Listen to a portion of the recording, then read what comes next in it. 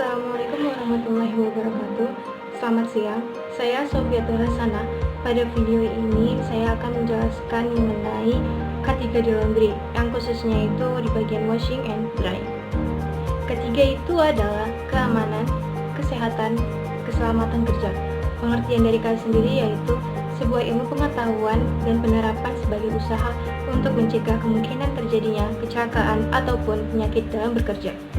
Fungsi dari penerapan K3 ini yaitu melindungi dan memelihara kesehatan serta keselamatan tenaga kerja agar kinerja mereka meningkat, kemudian memastikan dan menjaga kesehatan serta keselamatan semua tenaga kerja yang ada di area kerja, kemudian memastikan semua sumber produksi dapat digunakan dengan efisien dan aman.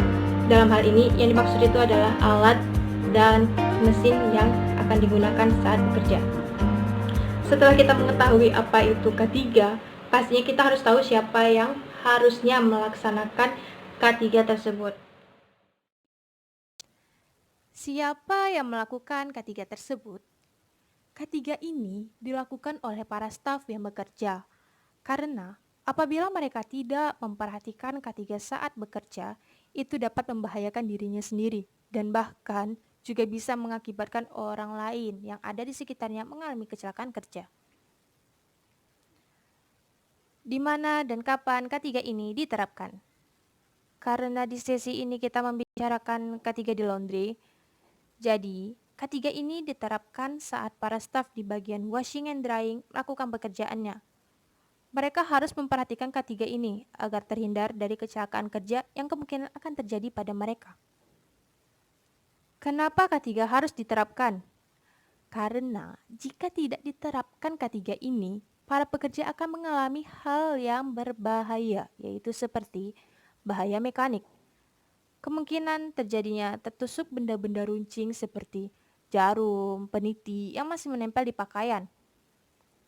Dan kemungkinan terjadinya jari terjepit oleh pintu penutup mesin cuci. Kemudian itu ada bahaya kimia. Potensi dermatitis karena deterjen, pewangi, atau pemutih, dan terhirup bau semikal yang dapat mengganggu kesehatan paru-paru. Kemudian zat sisa pembuangan di mesin cuci menimbulkan gas dari pencampuran kotoran pakaian yang jika dihirup terus-menerus akan mengganggu pernafasan. Kemudian kemungkinan terjadinya sesak dan dehidrasi akibat dari paparan zat-zat pewangi dan ruangan tertutup. Kemudian yaitu bahaya elektrik, tersengat aliran listrik karena kabel yang terbuka dan lingkungan basah, dan kebakaran akibat konsleting listrik. Bagaimana caranya hal yang membahayakan tersebut tidak terjadi pada pekerja? Caranya adalah memperhatikan keamanan, kesehatan, dan keselamatan kerja, seperti menggunakan masker saat bekerja agar tidak terhirup bau semikal dan lin dari baju. Kemudian, menggunakan hand glove saat kontak langsung dengan semikal untuk menghindari iritasi pada kulit tangan. Kemudian, memperhatikan panel listrik untuk menghindari terjadinya konsleting akibat arus pendek.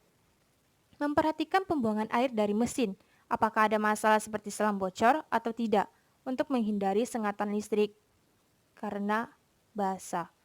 Kemudian memperhatikan keadaan mesin, apakah ada kendala atau tidak, baik itu wash machine ataupun drying tumbler.